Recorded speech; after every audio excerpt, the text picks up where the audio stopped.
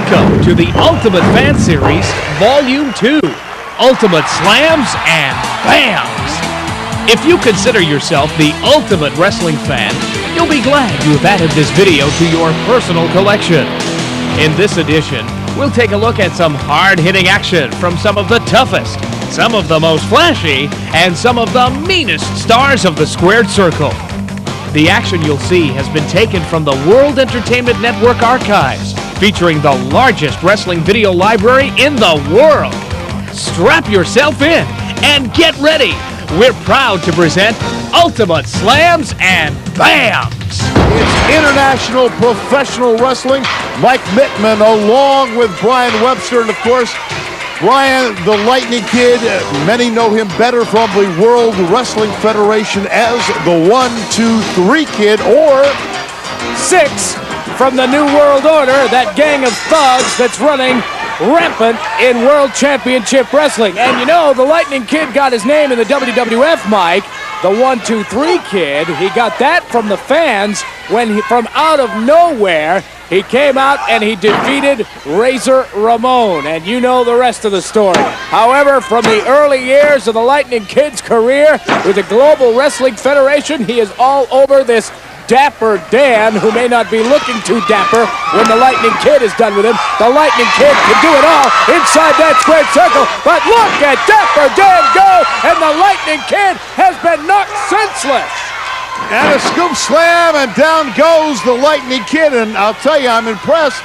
Look at that from Dapper Dan. Quick cover, but only a count of one. The Lightning Kid, quick as lightning. Now for the right across the ring. In comes Dapper Dan, and Monkey flips him out of there.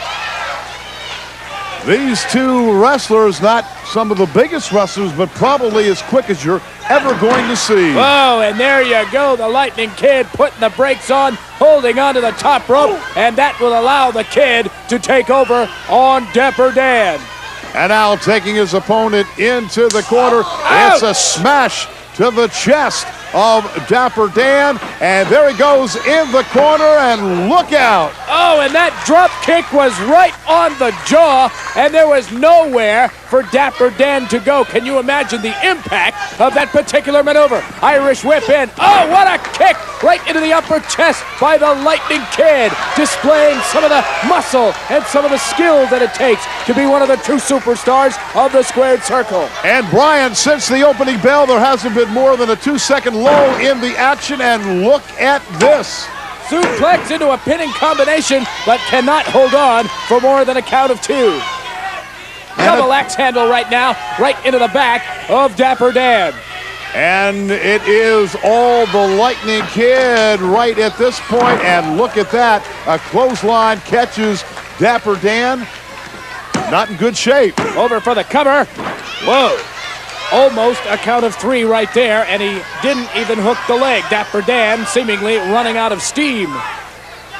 And now it's the Lightning Kid, scoops him up and slams him down to the canvas. And it is the Lightning Kid as he drops that leg on the upper chest area of Dapper Dan. Devastating leg drop right there by the Lightning Kid, who backs his man up. Now sends him for the right across to the 4th turnbuckle. Moving in, and Dapper Dan moves out of the way. Nobody home. The Lightning Kid came crashing down to the canvas, and this may be the opening that Dapper Dan was looking for. Dan now with the Lightning Kid, measures him up, sends him for the ride. Whoa, ducked underneath the clothesline attempt by the Lightning Kid. High crossbody and a quick cover, and only a count of 2. And I may say that count a little bit on the slow side. Referee taking a little nap in there, I think. Uh-oh, now Dapper Dan to the outside. And now it is Dapper Dan in danger of being counted out outside of the ring. Oh no! The Lightning Kid springing off that top rope, and he came crashing down on Dapper Dan. Here's a guy who will take all sorts of risks in order to punish his opponents. You can call him whatever you want to call him, unorthodox, crazy, but he does take those risks. Little leapfrog, but look out. Forget it. Yes, indeed. The Lightning Kid with the victory. see, the man now known as X-Pac in the WWF made high-risk maneuvers his trademark very early in his career. International Championship Wrestling has had just about every wrestling superstar on its roster at one time or another. But none have been as blatantly devastating as Crash. Check out this 1995 matchup as Crash takes on Doink the Clown.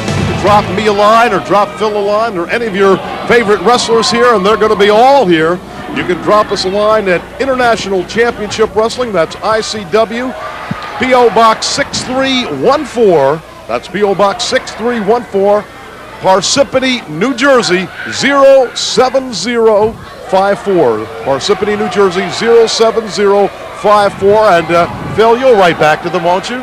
You better believe it. And we'll try to write back and say hi to you.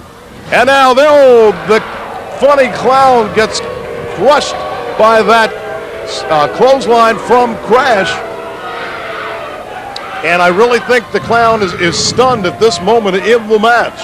Well, he did make a mistake there, Mike. One of the things he should not be doing is running around the outside of the ring, going after look at that clothesline. Look at that clothesline. And you're talking about a man in the 300-pound range as this guy, as I mentioned, the next powerlifting champion. Look at the arms. Unbelievable. Look at the arms, the upper body on this giant known as Crash. The thing that amazes me about this guy, Mike, is not only is he big and powerful, but he's quick. He has some moves up there, and you'll see him, I'm sure, before this match is over. Some incredible moves up there on the ring. This Crash really... But the thing is about him, besides the moves, he is just one mean man. Well, as you mentioned, he's going to show his moves, I'm sure, later on in the match, given the opportunity to do so. We've seen him in past matches here on ICW. This man, as big as he is in the 300-pound mark, you can see the strength as he scoops up and slams the funny clown. And you know what?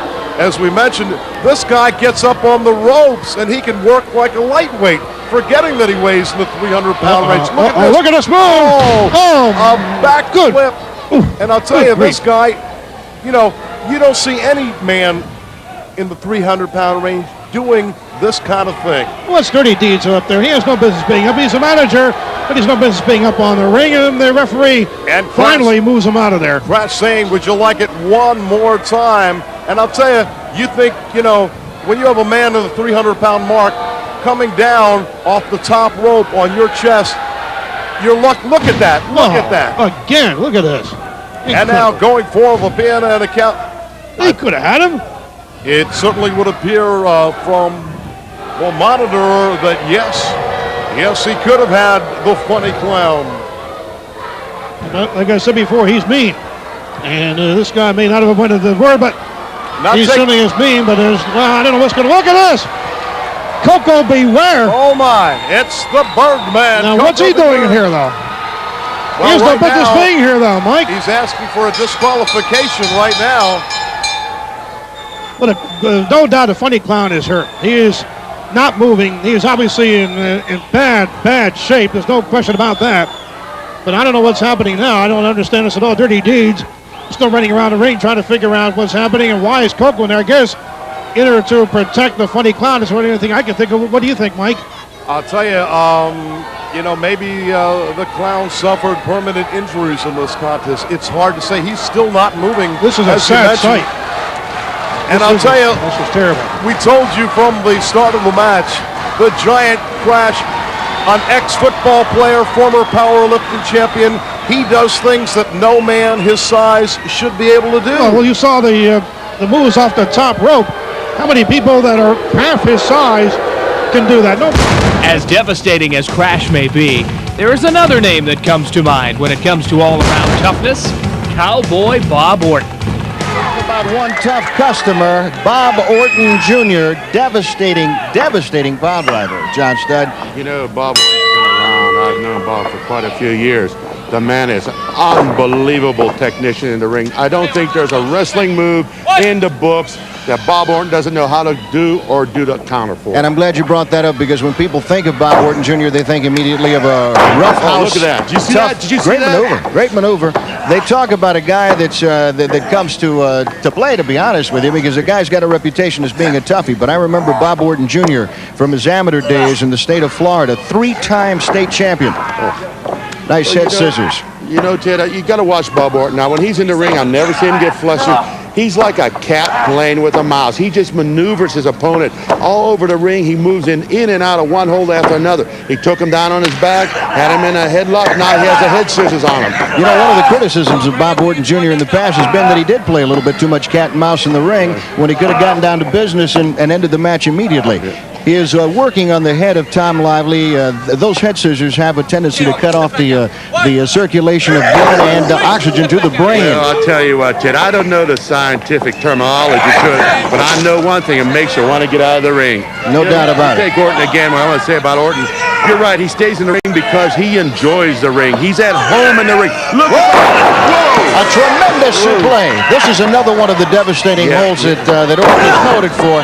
And it kind of upsets you when you... 1, 2, Lively. In fact, Lively didn't kick that shoulder up. That was Orton that pulled it up. That's right. There's that cat and mouse that you were referring to earlier. And back, of course, to the head scissors. You know, Ted, when Orton's in the ring, if you watch him, he's a real professional. I mean, he's been around the ring. He doesn't get excited. He measures his man before he makes his move. Bob Orton's not going to miss many moves. No, he's not. And Lively right now is in a bit of trouble right now as Orton continues to apply the pressure with that head scissors. Bob Orton, a big guy, 6'3" and 250, and you wouldn't know it by the way he moves around that ring, John. He's in shape. Great agility, great speed, and definitely some of the titles he's held: Florida title, the Georgia title, U.S. Tag Team Championship, U.S. Champions, World Tag Team Championships. He's wrestled all over the world, so this guy has seen all styles and all types of competitors. Well, there's no doubt about it. He belongs in the ring, and actually I'm really proud that I'm able to sit here and talk about Bob Orton.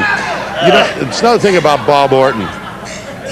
He has tremendous amounts of strength. You know, when we talk about strong men, we're used to looking at 21 or 22-inch biceps, but I've seen Bob Orton take 300-pound men and press them over his head. No doubt. No doubt. Orton applying the pressure. Notice that from the beginning of the match, he is concentrated on the head, John.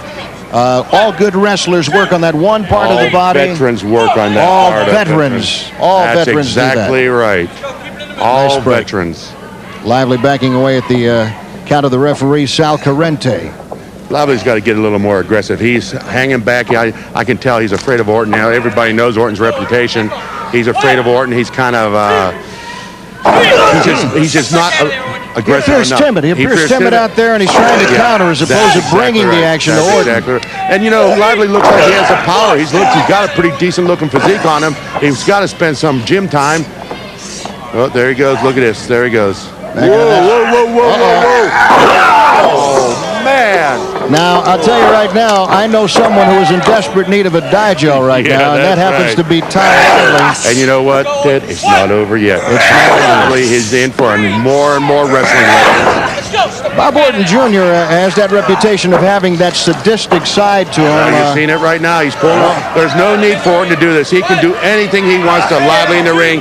But Bob Orton showing you, he's not only shown the fans, he's shown all the other wrestlers back in the locker room just what to look out for when they step in the ring with Cowboy Bob Orton. Orton making it back into the ring just in time before he counted out. He's a veteran. I see the fans like him. They like that bitch as well. You know, wrestling fans are into tough wrestlers. Well, this guy is certainly as tough as they come down the pike, John. Yeah.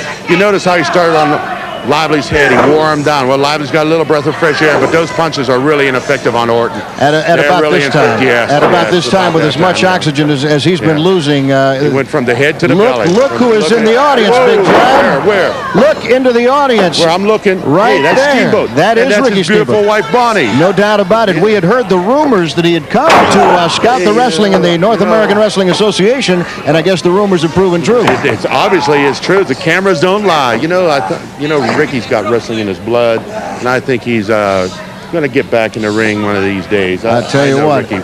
for a long, long time. The Talk fans about a have certainly, competitor. fans have certainly been asking for it. Here's Orton. Look at Orton again. He's got him by the head. He's wearing him down. A little extra punishment. He measures him, drops on him, knocks a little more wind out of him, makes that throat a little more sore. A little more, I guess it's the right word, sore. You know, I didn't major in English, college, Ted. Look at this. Oh, man. Oh, am I glad that's not my face up there. There's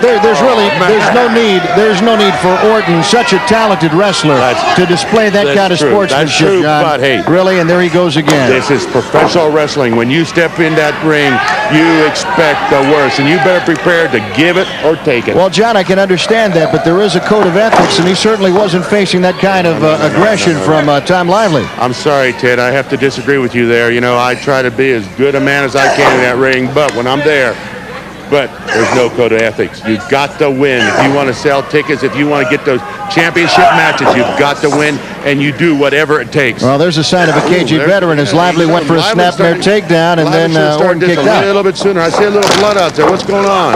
Drop kick. Whoa. He missed. And Orton will capitalize. Trust me, Orton will capitalize. Yes. You don't give Bob Orton that kind of a break. There's another size 16 to the side of the head. Not only does he need a Tums, but he also needs an Excedrin right about now.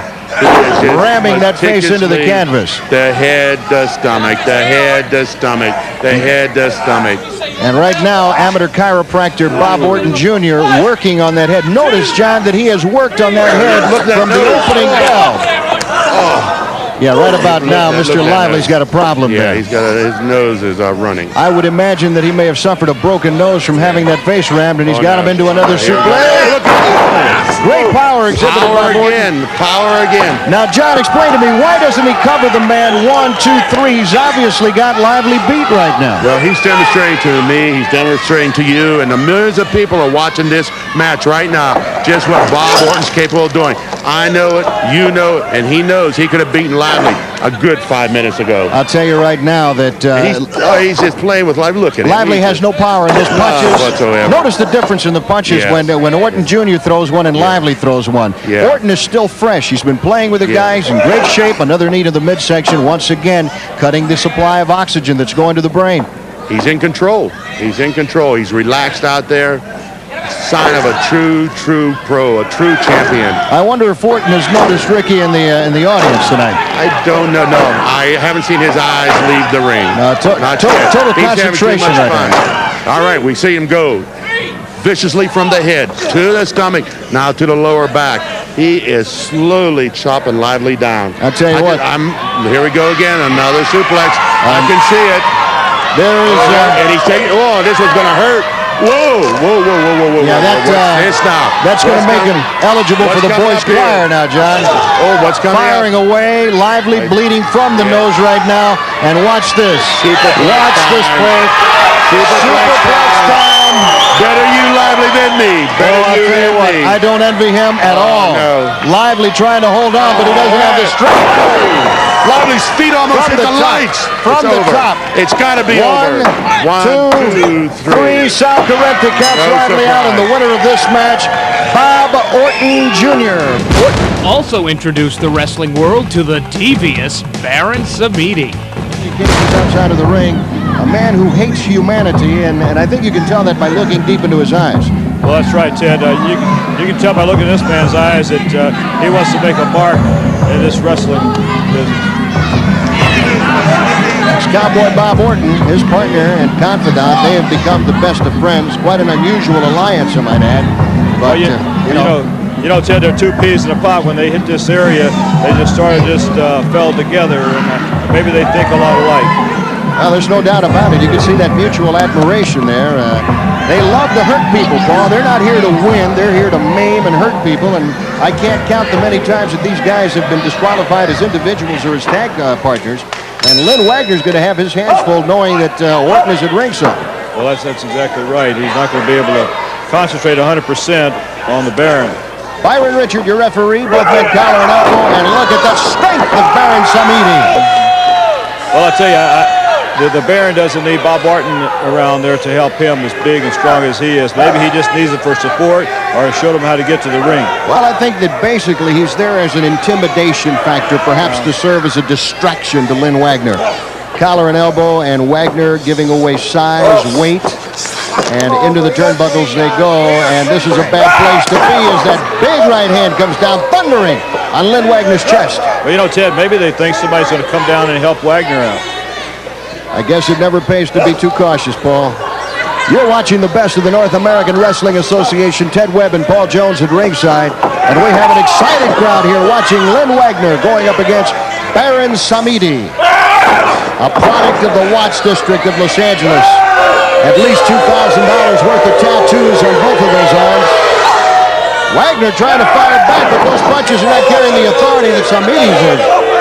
I'll tell you what, that was a thunderous right to the side of Wagner. Look at it, he's not even fazed by Wagner's punches. Boom into the turnbuckle. Baron Samedi trying to set the stage early, trying to dictate the tempo of this match. Those big-sized 14s upon his chest. Well, I'll tell you what, Ted, Wagner here has got to regroup and try something, some other angle, because it's not working against this big man. No doubt about that. Into the turnbuckle. Boom! Over 300 pounds landing square on his chest. That hurts, Ted. That hurt. That knocks the wind out of you. Look at Orton chanting encouragement to Samedi. Byron Richard cautioning Samedi. I'll tell you, getting hit in the turnbuckle like that, knocking the air out of you, that's like having a football underneath you and being piled on a football field. See what I talk about the intimidation factor? Bob Orton Jr. outside the ring. There's a headbutt. Wagner down. Orton chanting. Samedi going in for the kill. Has him up for a full body slam. Spins him around. Oh! Down in the small of that back. Off the ropes goes big thunderous thighs across the throat. Intimidation. I'll tell you what, Wagner is hurt right now. Wagner is hurt right now. We have seen guys suffer permanent injury from a move like that. That's right. You notice, Ted, the eyes of the Baron, he's enjoying this. He's loving this. This is a day out for Baron Samedi. You know, it's like taking the family out to the beach or out to the park for a picnic. He looks forward to each and every match, Paul. Not to win, simply to punish. You know, Ted, I wish I could stand here and say, well, the guy's just big and he's a big bully and he's bullying this smaller man. But I don't know. This man is vicious. Did you see that? I saw that. I saw that. A thunderous lariat across the throat. All 300-plus pounds landing square on that larynx. Wagner right now is probably looking for a gas station. There he is, twisting that head. Acting like an amateur chiropractor. The referee checking to make sure that he wasn't choking, and I can't tell you right now that he wasn't. Well, that's right. You know, so far, the Baron has had total control of this match, Ted. Well, I'll tell you, Wagner refuses to relinquish, and you got to say that this guy's got a lot of guts to be able to take this kind of punishment and still not say uncle. Well, that's right. I know a lot of people would hate to meet this man in a dark alley at night. Boy, he just spun that neck dangerously around, Paul. No regard for the well-being of the guy that he's got in the ring with him. I mean, let's face it, everybody wants to win a match, but you have to be ever mindful that there's a human being in the middle of the ring trying to support his family. Well, that's exactly right. But he's trying to make a reputation right here by crippling and putting wrestlers out of the profession. Bob Orton Jr. outside of the ring giving instructions to Baron Samedi. Samedi has him up. We've seen this maneuver before. Up and down the small of that back. Hooks the leg. This could be it for Lynn Wagner. There's no need for this. There is no need for this. Wagner is a whipped man, and Samedi refuses to pin him. Samedi refusing to pin him, wanting to administer more punishment. Well, Samedi said he was going to be a household word around here at the expense of other wrestlers. Certainly enjoying that reputation right now. Byron Richard, the count of 2. Oh, no. He can't continue to let this go on. He cannot continue to let this go on. Paul, this is where a lot of the career-ending injuries surface in wrestling. Well, that's right. Twice now, Ted, he had the man beat. He could have beat him for a 3 count, and now it's just intimidation. I'll tell you right now that to have that kind of pressure coming down on your neck is certainly no fun. And Samedi right now having his way with Lynn Wagner. Hear the people in the crowd starting to chant, "Steamboat, Steamboat." I'll tell you what, this crowd may be the third man into the ring because obviously Baron Samedi was distracted by that chant. If this crowd had any smarts, they'd pick that chant up again and keep it going all match long. There's a nice maneuver. There's a nice maneuver. Wagner held back. Samedi hit the canvas on a failed drop kick. It almost appeared like he was going to the corner to try to tag. He forgot that he's in here alone. That's right, Ted. You notice that Wagner never lost face. He kept fighting back, even though he was at a disadvantage. Samiti reverses it and slams that head into the turnbuckle. I'll tell you, as much as those punches may have hurt a normal man, Wagner was too hurt, I think, to have some authority behind him, because the Baron doesn't look phased right now, Paul. Well, that's right. The Baron never lost control right there. Suplex! Whoa! What a suplex! Over for the cover. 1, 2, and he lifts him up again. And Paul, I don't understand why Byron Richard doesn't just stop the fight right now. Well, I'll tell you what, Ted. Intimidation is exactly what he's looking for. Well, you see Orton outside of the ring. He appears to be bothered by the chant. There's that death grip. He's got him in that full Nelson, similar to Hans Mortier, the death grip, and this one is all over. That's it. He locks down that full Nelson. This is all over. The winner of this match, Baron Samiti. Baron Samiti. It has been a while since we've seen this whole exhibit, Paul. Samiti later went on to terrorize WWF fans and opponents as the voodoo-practicing Papa Shango and the supreme fighting machine, Kama. Today, he's known as the Godfather, and with beautiful women by his side, he takes care of his foes in more ways than one in the World Wrestling Federation. Whatever you may call him, the spelling is always the same, T-O-U-G-H. Another up-and-coming star who went on to make a big splash in the WWF as Tatanka is the War Eagle, Chris Chavis. Coach, it's Chief Cleveland. He's chief of police here in Pendleton, South Carolina. Of course, we're here in the beautiful Pendleton High School gym in the shadow of Clemson, Death Valley, where this week Clemson did beat South Carolina earlier today, and all these great fans coming back, stopping off here for a night of South Atlantic wrestling in the great PD area. What a great way to raise money for your high school and everything. Oh, outstanding. The sponsors here, Mike Nelms, it's the junior class. They're actually 5 beautiful young ladies all raising money for their junior prom. And as a matter of fact, tonight it looks like they're going to raise it in the neighborhood of $1,000 for the junior prom for the Pendleton junior class. And they're excited, wanting to do it again next spring with another big TV taping. And from the looks of the crowd here tonight, Gene, by golly, I think they want us to come back. I think they worked real hard. I want to appreciate all the young ladies out there getting us sandwiches and cookies and, of course, Coca-Cola. Because I didn't eat any of those cookies. No, I can see that. All you folks listen to us up here on WBT Channel 3 out of Charlotte, up in the Shelby area, don't listen because Coach Gene did not eat any of those cookies. Not me. I'm health-minded all the way. Chocolate chips do make me feel good.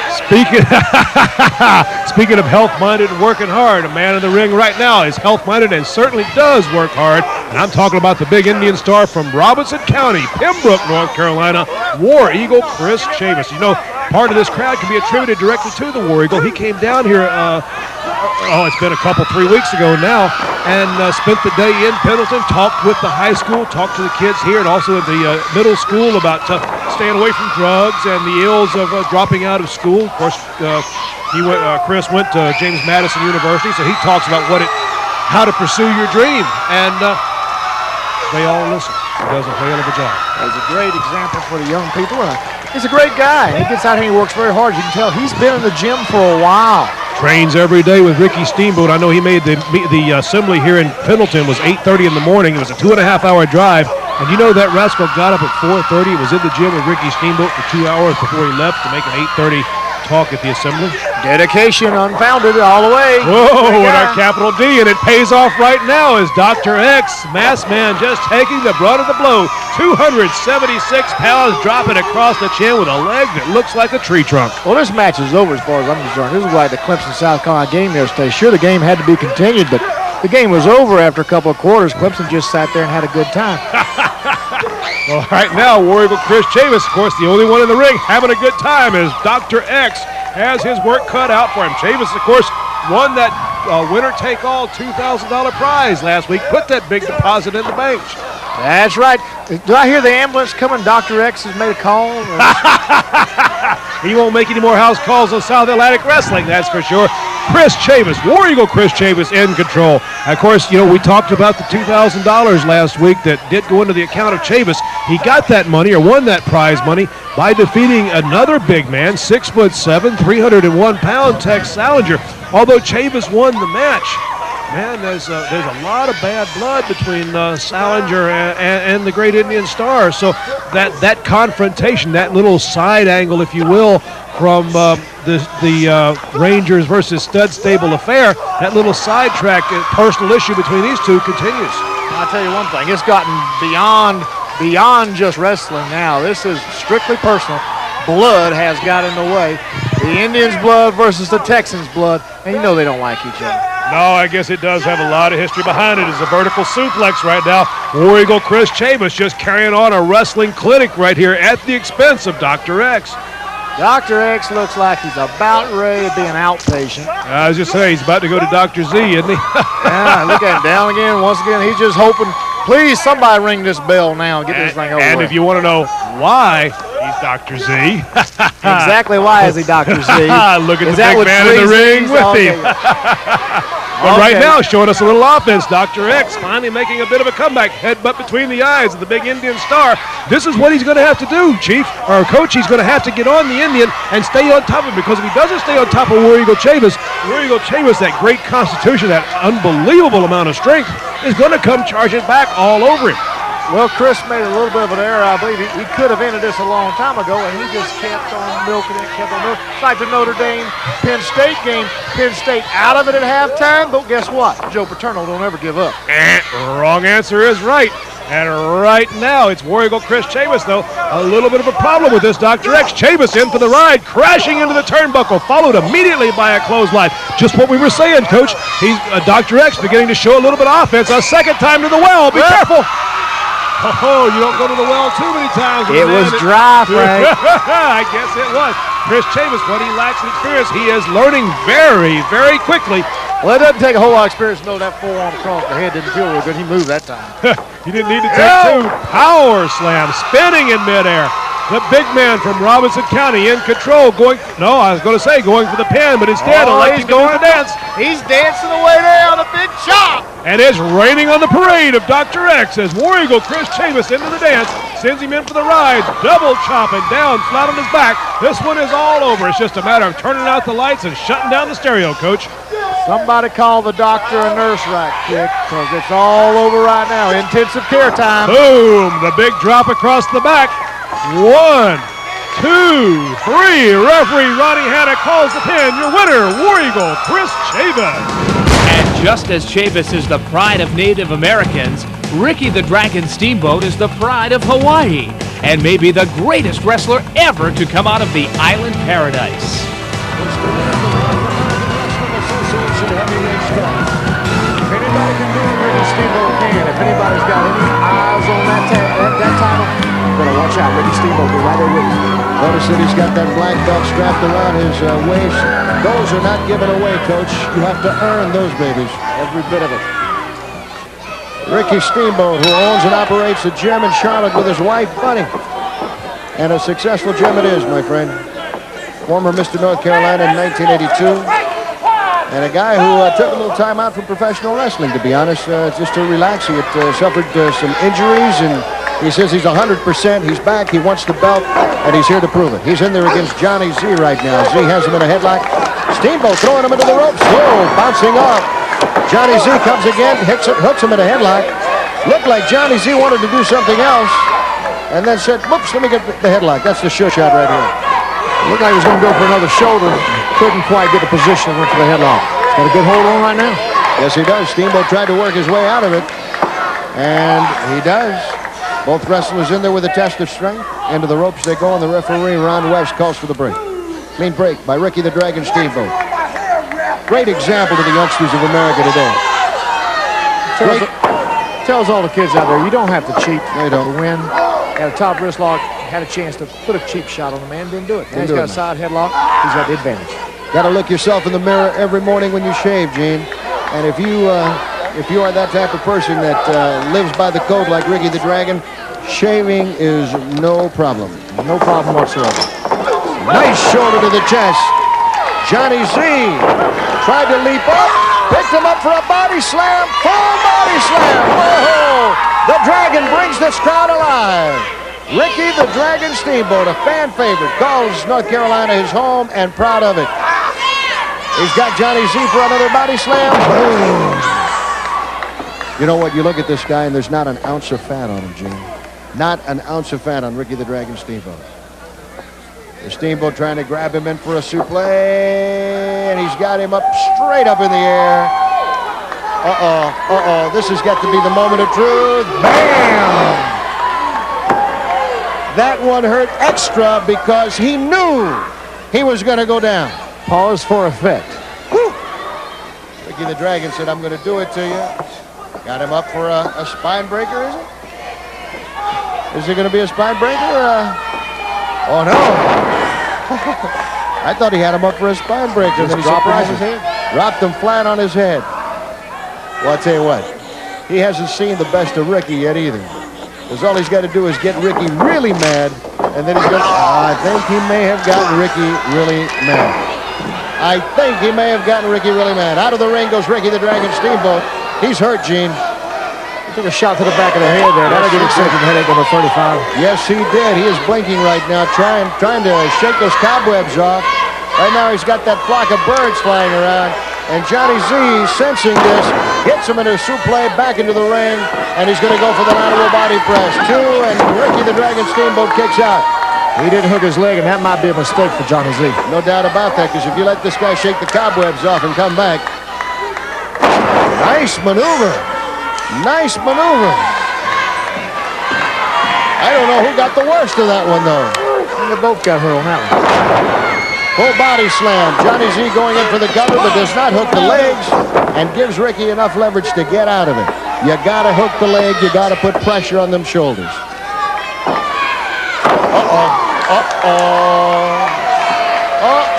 Johnny Z trying to bounce on Ricky and got caught with a couple of knees to the midsection, and that's what I was talking about. Getting Ricky the Dragon Steamboat awake. And right now, Johnny Z knows why Ricky the Dragon Steamboat has that black belt. Onto the canvas and back for more. Ricky the Dragon Steamboat hurling him off the rope. Boom! Tremendous thrust through the throat. And Johnny Z is the worst for wear, Gene Ligon. That's right. Ricky Steamboat using some of his black belt karate moves, using the open thrust, the open hand. No problem right there. Back to wrestling with a full body slam. And just like he used to do in Hawaii, diving off of those caves. Boom! Full thrust. This one is all over. Your winner, Ricky the Dragon Steamboat. Singles competitors aren't the only ones who know how to slam and bam inside the squared circle. Check out these tough tag teams. Our next match is a tag team match from Charlotte, North Carolina. Weighing 230 pounds, Rusty Stevens. Weighing 210 pounds, Rick Starr.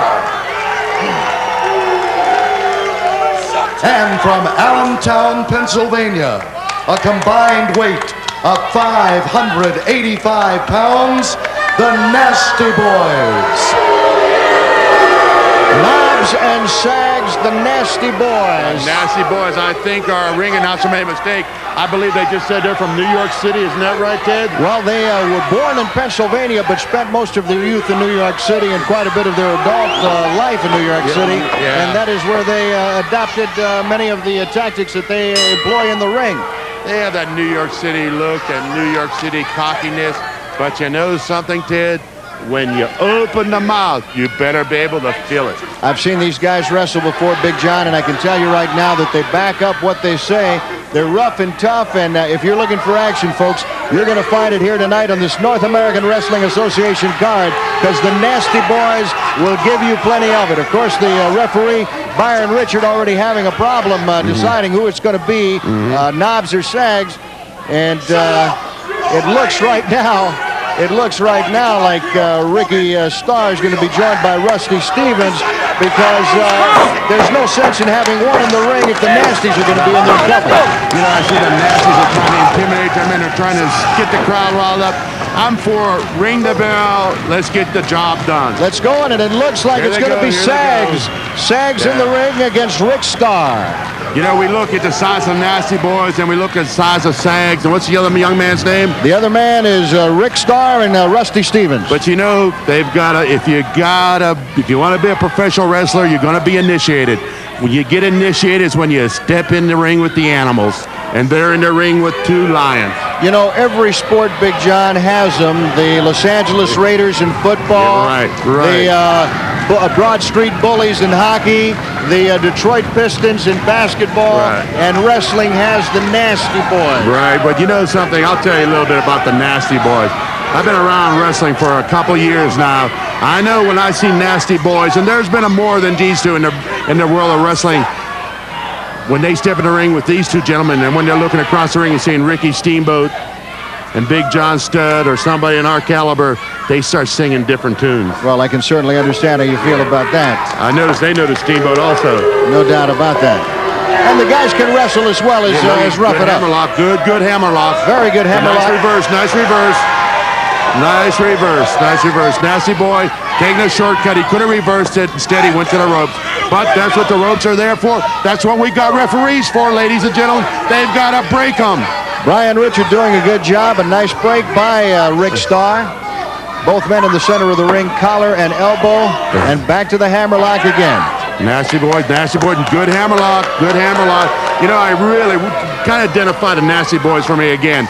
Who's in the ring right now? Right now in the ring we have Sags. Sags? How do you spell that? S-A-G-S. Sags. And the other one is? Knobs and Sags. Knobs and Sags. A nice leg takedown. Very good leg takedown. But I want to know something, Ted. How'd they earn those names? I can tell you that this is probably the most bizarre tandem you're ever going to run to. They're bizarre. In and out of the ring now. They're bizarre. You're absolutely correct. They are bizarre. Look at that. I'm impressed. I'm really impressed. I'll be honest with you. I've seen them wrestle so many times before, and I have never quite seen them start off quite in this fashion. You know, I honestly did not expect anything but a few big kicks, a few big right hands. But hey, I'm seeing some pretty good wrestling. I tell you right now, that was a great maneuver by Rick Starr. He reversed it. He reversed it and applied the hammerlock. We're going to get this one day. I think they're trying to show the Bob Ortons and the Ricky Steamboats of wrestling, hey, we belong in the ring. Those Nasty Boys are getting on the mat. He went to the ropes. That's a shortcut, but hey, it's okay. I admit, I've done it before, Ted. Now you'll notice what Knobs is now in the ring without making the tag. I didn't notice that. He did not make the tag. I can tell you. The referee noticed that. The referee did notice it because he is counting right now and ordering Sags back into the ring. Sags rolled underneath the rope and Knobs tried to get into the ring, and that's just not the way that it happens. You know, I've heard referees criticized all the time, but I had one experience in my career as a referee. And brother Ted, you ain't never going to see me there again. Well, John, unfortunately, we only have eyes in the front of our head, and there are four corners to a ring, so you can't see it all. Collar and elbow into the turnbuckle. He's got him back there. Sags, the referee, Mark Richard, calling for the break. Let's see what he does. Whoa! Nasty. There it is. There it is. It's coming out. Those are the Nasty Boys that I know. Oh, I heard that one. Chop to the throat. You can hear it from way back here, John. That's right. I can hear it. And you know what? Our man in the ring can feel it, too. Whoa, wow. Nice reversal. What a reverse.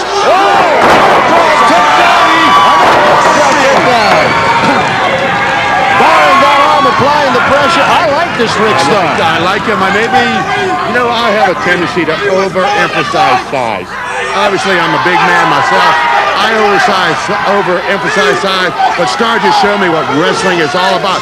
If you can wrestle, you can take on anybody in the ring. No doubt about it, my friend. Strength and agility a lot of times will overcome an opponent who outweighs you by 50 pounds. I know better than underestimating those guys, man. I thought they were going to be eaten alive, but hey, I'm fooled. I'll tell you what, I'm impressed by what I've seen so far from Rick Starr. The tag is made, and all right, let's see what's going on. Rusty Stevens. Be more aggressive. Rusty, you got to be more aggressive, man. You had an edge. Rusty looks timid. Well, there's the Nasty Boys that we know all about. All right, wait. Little shortcut. Sags going for the hair pulling.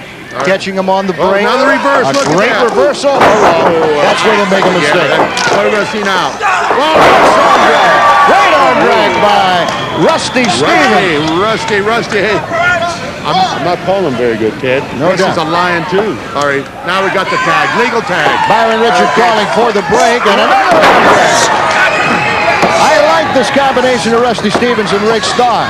The question is, can they last the distance against a team this strong? What they're doing. They're doing the same thing Orton did in the last match. They got him hooked. They're wearing him down. Hey, you can be big and strong, but I'll tell you what, doesn't that feel heavy with my arm on your shoulder? No doubt about that, John.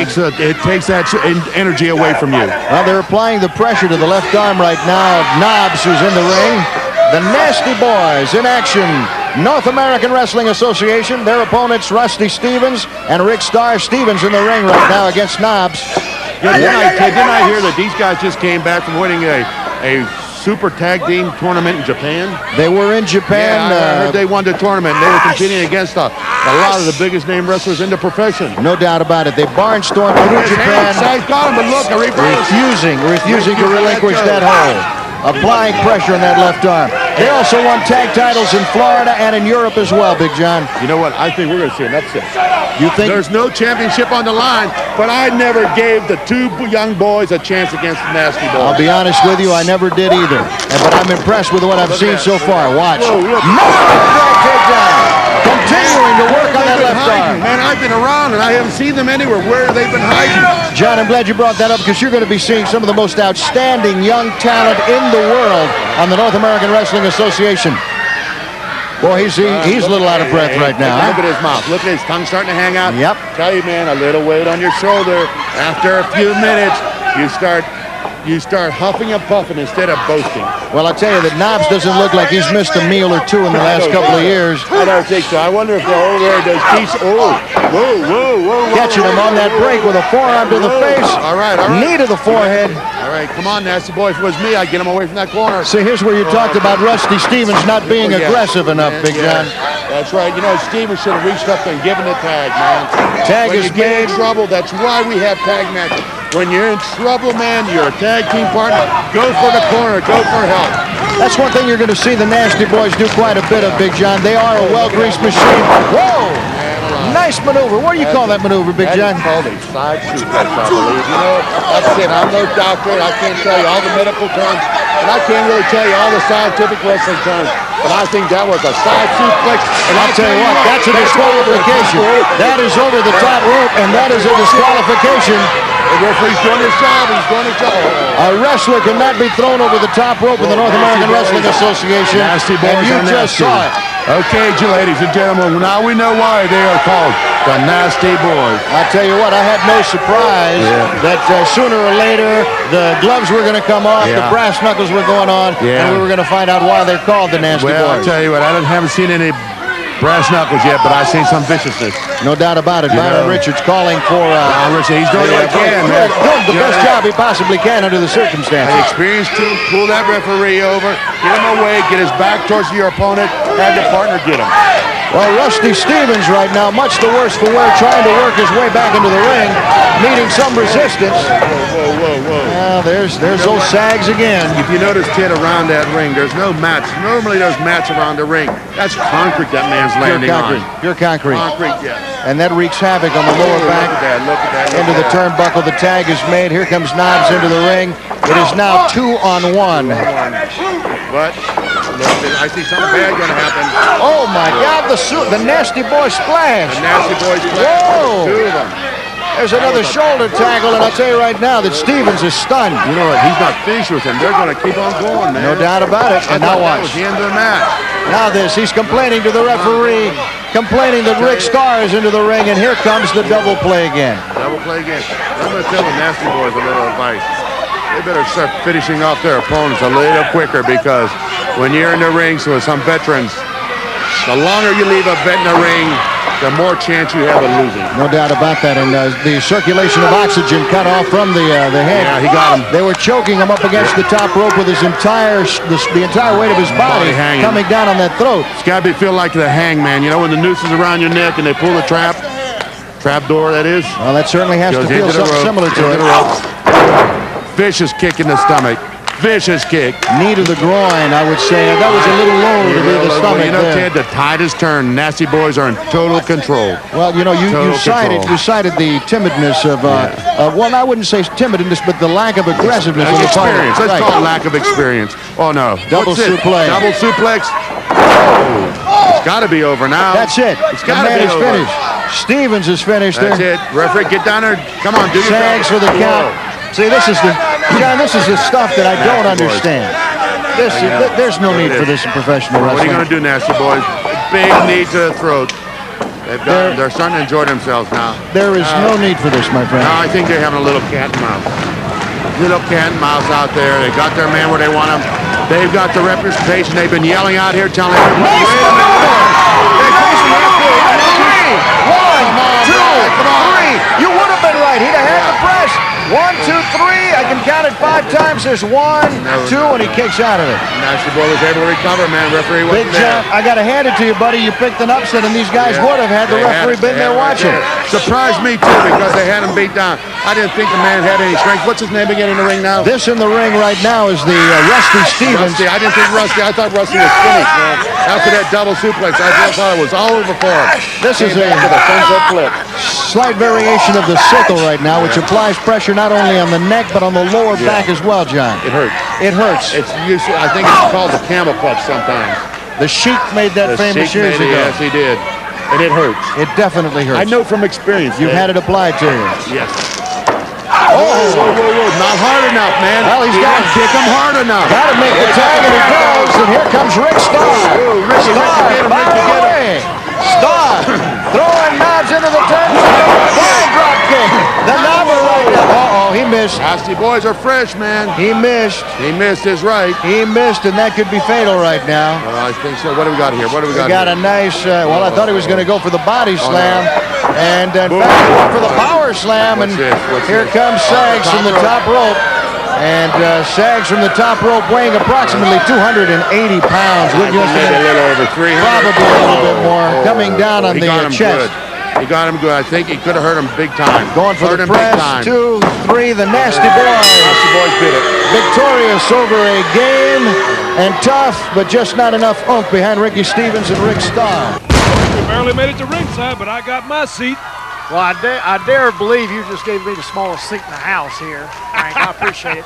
We got a big match coming up here, big guy. Maybe you just got the widest area to cover it there, Mean Gene. Oh, but you are right about that, because right now it is Bobby and Jackie Fulton, the Fantastics, and Coach Gene Ligon will tell you, ladies and gentlemen, these are a couple of young men with one thing on their mind, and that one thing is the Pit Bulldogs and their coveted South Atlantic Tag Team Championship crown. That's right, the Fantastics aren't here just to play around. They want titles, but right now I think vengeance is what they want. They want to get a hold of these guys. They don't like each other. What is it that Pit Bulldogs call that thing to do with the chain? Skull dragging? Skull dragging, I believe that's where they hooked the chain, and we saw it last week. Hooked the chain around Bobby Fulton's neck, drug him around the ring. Skull dragging. That just sounds nasty. I know. I wouldn't want my skull dragged. It's not got enough up there right now. Well, I know exactly what you mean, but right now, Bobby and Jackie Fulton, the Fantastics, and these fellas, these two men right here, Gene, a lot of folks do not realize the record that these two young men have amassed in their professional career. They have victories over teams. It would amaze you. I mean, for instance, they snatched a 1, 2, 3, however quick over the Road Warriors, over the Midnight Express, just to name a couple of teams. It shows you that it's not always the size of the dog in the fight, but as you well know, Gene, it's the size of the fight in the dog. That's right, it was a great flying drop kick. Of course, Jackie can get way up there. His brother's got more knowledge in wrestling, but Jackie is an up-and-comer. And with his brother teaching him, he'll be a great champion. That's exactly right. The original team, of course, was Tommy Rogers and Bobby Fulton. Tommy Rogers now retired. Brother Jackie stepping in to fill the shoes. And I believe it makes a better team. Tommy had more knowledge of wrestling, more experience, but he lacked the size and the strength, and to my opinion, a little bit of the agility, as you said, of Brother Jackie. So I think it makes a better team for Bobby Fulton. Well, Jackie, of course, much bigger than his brother, and of course, these guys, when you look at it, the way wrestling's going now, the men are bigger and bigger and bigger. And you need size along with knowledge. And you got both combinations. You're doing great. And that's exactly right. Right now, showing a little bit of wrestling skill as it's a short arm scissor holding Hollywood Tommy Landell to the mat. Tommy Landell able to break free once again, showing that quickness. Jackie Fulton over top, full arm drag. Yeah, the old foot to the mouth kickoff there, and then an arm drag will do it every time. What's that kicker for Green Bay? He had a boot like that. He kicked those field goals from 60 yards away, wouldn't he, Coach? He sure will, but he's doing pretty good as it is right now. My Packers are on the way. Well, right now, though, coming back to professional wrestling, it's a double hook. Wahoo McDaniels used this for years. You see him over top for the cover. The Enforcer in to make the save. And I think right there was a good idea to make that save, Gene, because it could have been the 1, 2, 3. He did the proper thing as far as his team concerned. Of course, Bobby got up there and just jumped right on him right away to let him know, don't be coming back in here with me. Well, there's nothing ever done for free, and that certainly wasn't a free move. As a quick shot to the gut right here, took the wind right out of the sails of Bobby Fulton. And now it's Hollywood Tommy Landell going to work as he tags the Enforcer. The Enforcer coming in, a big man himself. Oops, he got caught with a good right hand now. Oops, a double head block right there. They're going down. Oops, back over there for another shot. Another one. I guess he got nowhere to turn. Everywhere he turned, all he could see was a Fulton, a Fantastic, and that is why they call him Fantastic. And referee Byron Richards stepping in now and admonishing Bobby Fulton about the use of the mask. You see the Enforcer complaining. The mask, of course, on a masked wrestler, treated the same as the hair would be on a wrestler who is non-masked. So if you do pull that makes mask, sense for him. Yes, I thought that up over myself. Tell you what, wearing that mask, of course, you don't know his expressions, what the man you're wrestling, or if he's in pain. You can't really read him very well. No, you have to really concentrate on the eyes. It's now Brother Jackie to the top again, off and on the arm.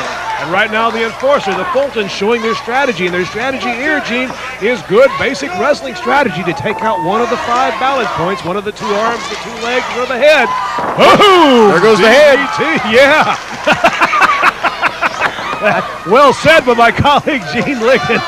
Well, I'll tell you one thing. They're showing you what tag team wrestling's all about. The problem with tag team wrestling that some wrestlers don't understand, it is a team opportunity here. These gentlemen are tagging in and tagging out. There's a tag right there. Here comes Hollywood in, a good forearm to the back. Jackie didn't see him coming. He was blindsided. And there he shoots him off an arm whip. Oh, he went for the elbow and missed. Oh! Jackie quick as a cat. Quick as a cat is right. Shot that big elbow in. Took the high-risk opportunity. Tommy Landell leaving the mat with his feet. And nobody home. Boom. Elbow of his own. In for a monkey flip. And the Fantastic showing just what you said, Gene Ligon. Tag team wrestling. Teamwork is the key word here. And right now it is Jackie and Bobby Fulton in control on Hollywood Tommy Landell and the Enforcer. It's just, they don't know which way to turn. Hollywood's in there just going, which way do I go? He can't find California right now, much less North Carolina. I guess so. When he gets home, his mama's not going to wonder what happened to him. She's just going to wonder how he got away.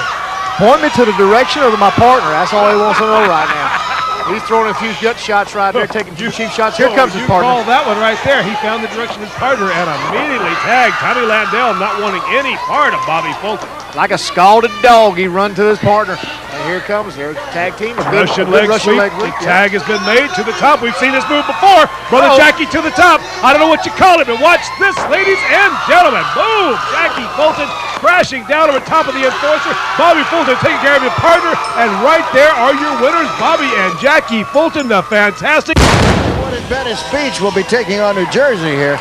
You know, you were talking about being happy that Colt Steele has turned his back on his Carolina roots. I can tell you right now that this guy does not fit in at Venice Beach, champ. I'm sorry, I have to disagree with you. I don't know how you can possibly say that, Ted. Again, we disagree because here's a man right here who looks like to me he's born on the surfboard. I mean, take a good look at him.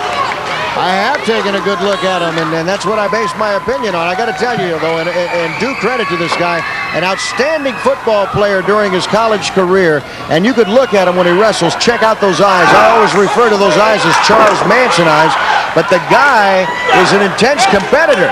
And being a former North Carolina powerlifting champion and now ranked among the world's best, I mean, you know that this guy packs a wallop. Well, that's for sure. And he's against 2 guys in there for sure that'll break the rules anytime they get a chance to. You got the Bulldogs in there. I happen to know because the Nasty Boys are great friends of mine, Knobs and Sags, 2 of the greatest guys you'd ever want to meet in your life. I'll tell you, they're genes of the guys, and they've told me some things about these Bulldogs. It's hard to believe, and I'm going to be watching very closely these guys because I happen to know from what I've been told they'll break any rule in the game. Well, they're a rough, tough doosin', but they have not done anything that has not been done to them. And if you're basing this on the word of Knobs and Sags, sir, I'd say check the credibility of your witnesses. Hey, you think I don't know the credibility? Those are fine guys, and they're good friends of mine, and I appreciate it if you wouldn't sit here and talk bad about them. Colt Steele powering that knee into the back of the neck of Spike of the American Bulldogs. Their goal, the North American Wrestling Association Tag Team title belts. You know, this is bad, right? They got these children around the ring right now barking like a bunch of dogs. Here's 2 guys come in the ring going whoop, whoop, whoop. You know, that's kind of ignorant. Where I come from, I got an old hound dog called Bud, and I beat him up when he goes to barking too much. I was to wrestle these two boys. They wouldn't fare too well with me. You know, I was wondering if the American Humane Society has ever paid a visit to you. Well, I'll tell you what, if they do, I'll take my belt off to them, just like I was talking about earlier. Well, they have just cleared out the ring. The Bulldogs, and you're right, the fans at ringside are barking. Yeah, that's exactly right. They got these children out here thinking they're a bunch of dogs. If it's up to me, I'd shut it up and stop it right now. Monkey rolls. You've learned those in football practice, and they were just applying those right now. And the intimidation has kept Landell and Colt Steele outside of the ring. Now, again, you know, now you got your Carolina referee in there right now. I don't figure he's doing a good job. He should have these boys one in the ring at a time. You got both of them in there doing monkey rolls back and forth. If it's me, I'd get rid of that referee. I'd bring in a guy from Nashville. I got a couple of guys in Nashville, and soon, if I can get the pull in this organization I ought to have in the first place, I'll be bringing in some Nashville referees, and we'll see some better officiating. Well, sir, in defense of Ronnie Hanna, he has done a tremendous job in his stint with South Atlantic Wrestling. Very respected among his peers. There's an elbow, and Rex right now tasting canvas. Hollywood Tommy Landell. I'd like to hear that boy barking right now. Well, looked a little like an illegal shoulder block to me there, Ted. Is there such a thing as an illegal shoulder? Explain that to me. I think it is if you throw the elbow in there. Got the back of his tights there. Clearly has the back of his tights. Nice power slam. Tag has been made. Boom! The elbow square on the throat of Hollywood Tommy Landell. Clear case of double teaming. Clear case of double teaming right there, Ted. Nice snapmare takedown, and there is that foot right at the top of the forehead. Ted, what'd you say this referee's name is again? I'd like Ronnie to write Hanna. it down here on my list because I'm going to be reporting some of these. This Ronnie Hanna, you might not be seeing around here too long if he doesn't get control of these matches. Well, I think he's got this match under perfect control, my friend. Great drop kick! Another case of double teaming. It's clear the double teaming out there, Ted. Sir, that was a great execution. That showed fantastic teamwork that can only be developed from time in the ring and time in the gym together. I don't agree with that at all. I think that's Ronnie Hanna's fault in there. He should get one man out of the ring. You make a tag, get one man out. If you saw me and Matt Bourne in there as a tag team, you see the Nasty Boys in there. You don't see that type of double teaming. We do it Tennessee style. Bulldog Rex making the tag right now with Bulldog Spike. Double suplex. That poor boy should be disqualification right there, Ted. The match ought to be over. I am surprised at hearing that from you, sir, after viewing you in the ring many times. I am surprised that you are calling for a disqualification for such a fine maneuver. I hope you're not going to start on me now like you've been talking about Sags and Knobs. Now you're going to start on me. Well, now that you bring it up, I have to say that I have to question some of your tactics. Again, double teaming right in front of the referee's face, and all he says is out of the ring, young man. Boy, I'd be dusting some britches. Me and that referee would have it by now. Well, there you see that was a perfect tag. Boom. The legal man in the ring is Spike right now. Bulldog Spike coming down with that 250 pounds on his neck, and Landell is in trouble.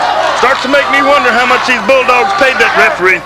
I'm starting to wonder now. Anybody that double teams that much, don't even get reprimanded for it. Well, you can see that Landell and Colt Steele obviously do not have that experience of working together. Obviously a maneuver that went wrong there. Yeah, he obviously didn't hold him up there long enough for his partner to catch him good. He still took an awful bad fall from it. This match is all over. This match is all over. And the winners of this match, the American Bulldogs, Spike and Rex. And coming down the aisle, the challenge for the World Tag Team titles. It's the exciting team of Matt Bourne and Jeff Jarrett.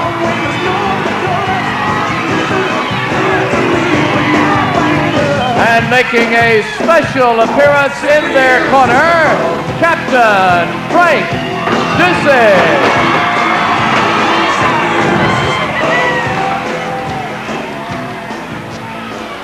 Here we go, World Tag Team excitement. Frank Dusek in the corner. We hadn't been able to find him to get him lined up with the USWA. Maybe we will now, since he's here and in the corner for this exciting World Tag Team title event as Braddock and Jarrett open up, while Manson and Bourne open up. Quick reversal, down they go.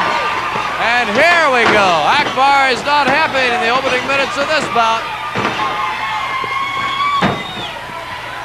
And Bourne and Jarrett are surrounding Akbar, and Frank's going over there too. Look out, Manson is there. Braddock moving around. And now they throw Braddock into Akbar. Akbar mad at his own people now. He's chewing out Manson.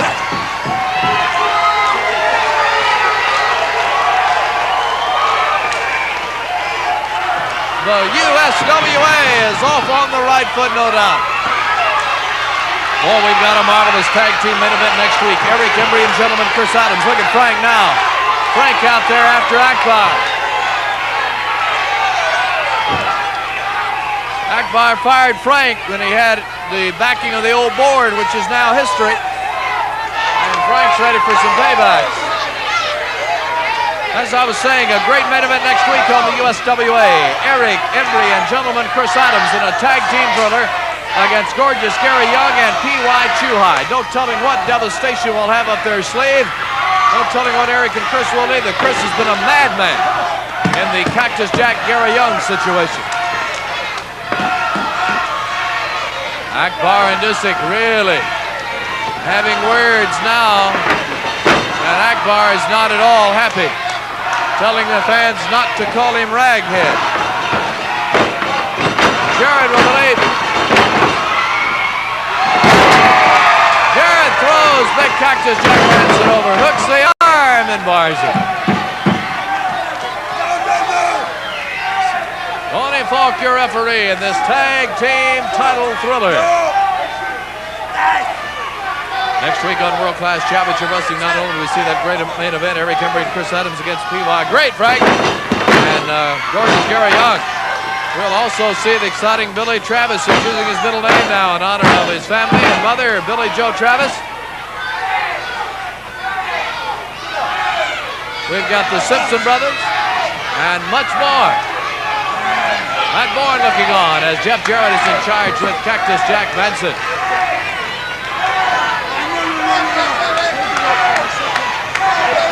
Jarrett in charge.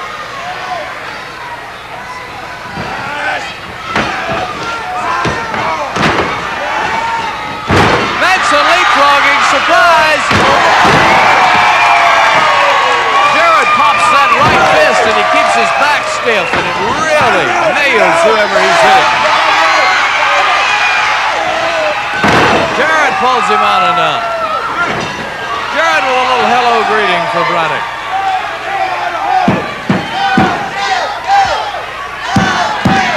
And Frank rallies this crowd.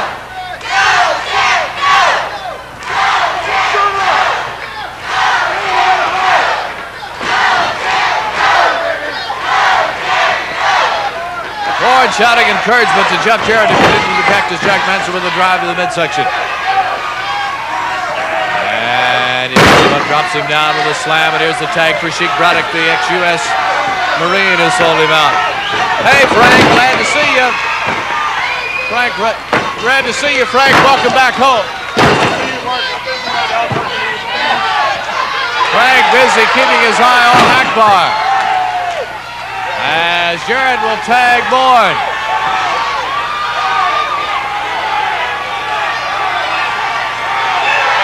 Bourne with a kick on Braddock. No one has much respect for Braddock after during the height of that flag burning stuff that we had back early in the summer. It was Braddock selling himself out to Devastation Incorporated. Into the corner, and Braddock charges. Boom! With a clothesline.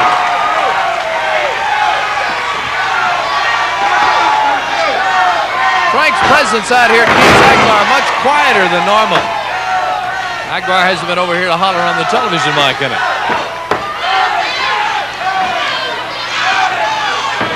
Jarrett up on the turnbuckle.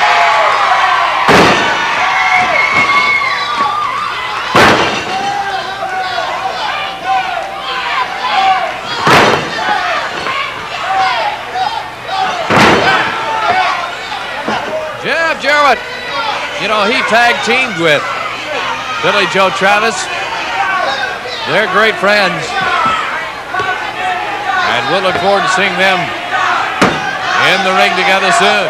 And you'll see Billy Joe Travis next week, right here on what used to be world class, now the United States Wrestling Association.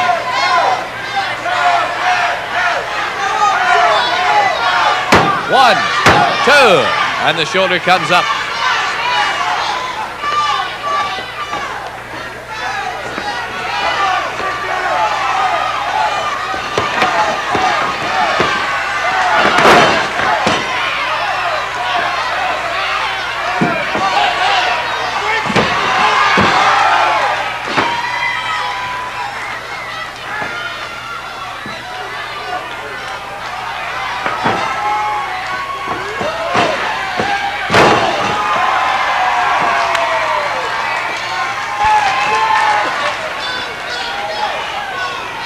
Mad Boy with a forearm on Sheik Braddock, formerly known as Corporal Scott Braddock.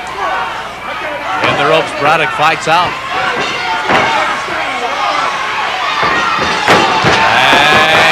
And surprise, Bourne takes him down. They were chanting for him the other night here, this big packed house. We want Frank. Arm over the top rope as Jeff Jarrett continues. Let me quickly repeat the mail order deal that I promised you I would as Falk backs him out of the rope. Jarrett takes that arm over the head again.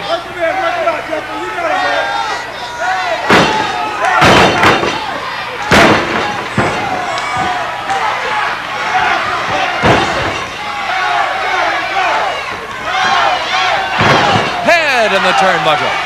Cactus Jack Manson now takes good-looking, high-flying Jarrett into the rope. Look out, he runs into Braddock on the rebound. It's the shoulder. And the toss, or is it?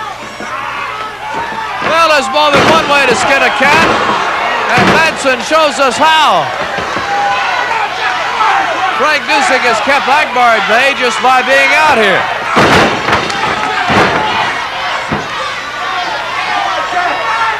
Remember, Frank is not employed by the USWA. He's here at the request of Jarrett and Bourne.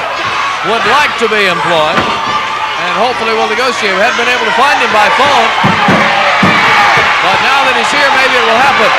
Look out, it's a gang up on Jarrett, who needs to tag Bourne. Jarrett has been in a long time now. And now it's a small package by Jarrett. 1, 2, and the kick out.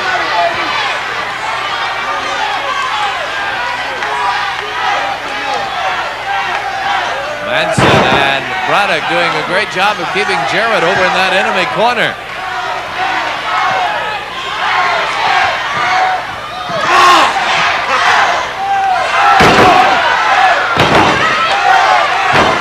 Here's a pin, 1, and a stomp to the head.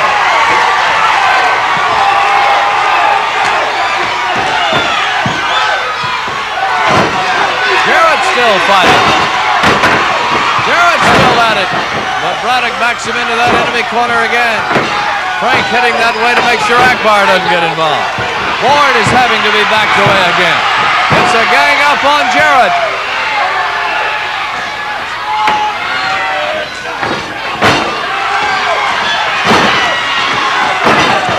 By the tights, Manson throws him to the floor. I hope this is not the consequences. It is the consequences on Jeff Jarrett, that elbow leaping from the ring. And Cactus Jack Manson proves again that he has no regard for his own well-being, much less anyone else's. What an awesome move that is. And a pin. Jarrett's close to the rope, though. That's going to save him, or is it? 1, 2, 3. Falk counted 1, 2, 3. Frank in protesting. And Falk says wrestle. We have no pin, we have no bell, the match continues. Frank helped save the day.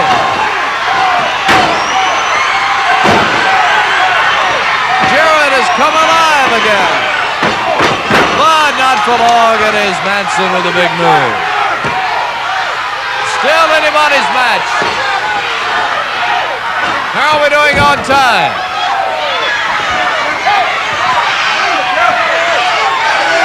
Out on the floor, not the consequences again. Jarrett moved out of the way.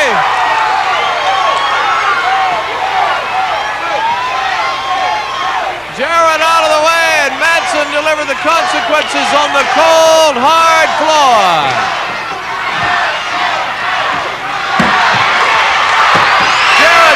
Struggling for that tag with Maniac Boy. Frank right there to urge him on. Will Madsen stop him or will he make it? He made it. Bourne, like an 8-day clock, is wound up tight. He's been so anxious to get in.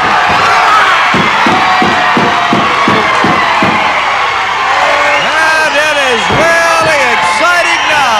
Everybody involved. Frank continues to keep Akbar quiet. Bourne wanted to throw him. Madsen surprised him, delivers the fist. Jarrett throws Braddock over. Everyone's still involved. Another pin and a kick out. Non-stop main event excitement for the World Tag